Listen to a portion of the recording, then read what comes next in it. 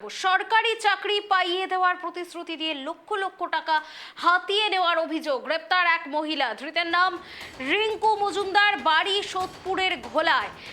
যে খবরের দিকে আমাদের নজর রয়েছে, সরকারি চাকরি পাইয়ে দেওয়ার নাম করে প্রতিশ্রুতি দিয়ে লক্ষ লক্ষ টাকা হাতিয়ে নেওয়ার অভিযোগে গ্রেপ্তার এক মহিলা।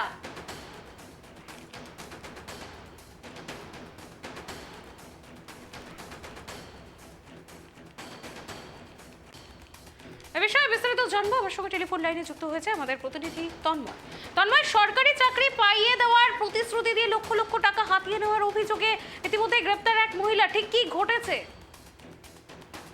সরকারি চাকরি পাইয়ে নাম করে কিন্তু উত্তর চব্বিশ পরগনার সোদপুরের ঘোলা এলাকার এক মহিলাকে গ্রেপ্তার করে গোপালনগর থানার পুলিশ।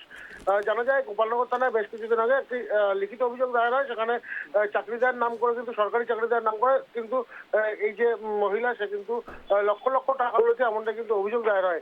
তারপরে পুলিশ কিন্তু তদন্তে নেমে একেবারে যে গোপালনগর থানা, সেই গোপালনগর থানা এলাকা থেকে কিন্তু তাকে গ্রেপ্তার করে এবং সেখানে তাকে জিজ্ঞাসাবাদের পরে কিন্তু জানা যায় প্রথমে সে একজনের কাছ থেকে 12 লক্ষ টাকা নিয়েছে চাকরি দেওয়ার নাম করে, এবং পরবর্তীতে যেটা জানা যায় আরো বেশ কিছু লোকের কাছ থেকে কিন্তু সরকারি চাকরি পাইয়ে দেওয়ার নাম করে বেশ কিছু টাকা তিনি নিয়েছেন।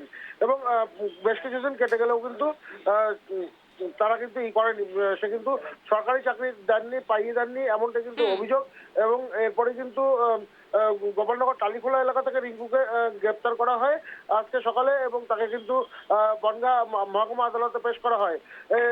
এই ঘটনা নিয়ে কিন্তু একেবারেই যে ঘটনা সৃষ্টি হয়েছে, সেখানে কিন্তু দেখা যাচ্ছে যে এই যে রিঙ্কুকে কিন্তু আজকে 5 দিনের পুলিশ হেফাজত পাঠিয়েছিল আদালতের কাছে। আদালত কিন্তু এই 5 দিনের পুলিশ হেফাজত মঞ্জুর করেছে, এবং এই 5 দিনের পুলিশ হেফাজতে এনে রিঙ্কুকে কিন্তু একাধিকবার জিজ্ঞাসাবাদ করা হবে যে এই যে চাকরি পাইয়ে দেওয়ার নাম করে তাকে সে যে টাকা তুলেছে, এই টাকা তিনি ছাড়া আর কোথায় কোথায় যেত সেটা নিয়েও কিন্তু তদন্তকারী আধিকারিকরা দেখছেন। এবং পাশাপাশি এই যে টাকা তিনি কিভাবে চাকরি পাইয়ে দেবে বা তিনি কি ধরনের চাকরি পাইয়ে দেবে সেটা নিয়েও কিন্তু তদন্তকারী আধিকারিকরা দেখার চেষ্টা করছে।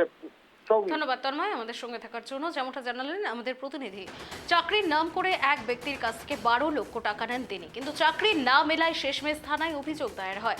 গোপালনগর থানার পুলিশ টালিখোলা এলাকা থেকে তাকে গ্রেপ্তার করে। ধৃতকে বনগাঁ মহকুমা আদালতে ইতিমধ্যেই তোলা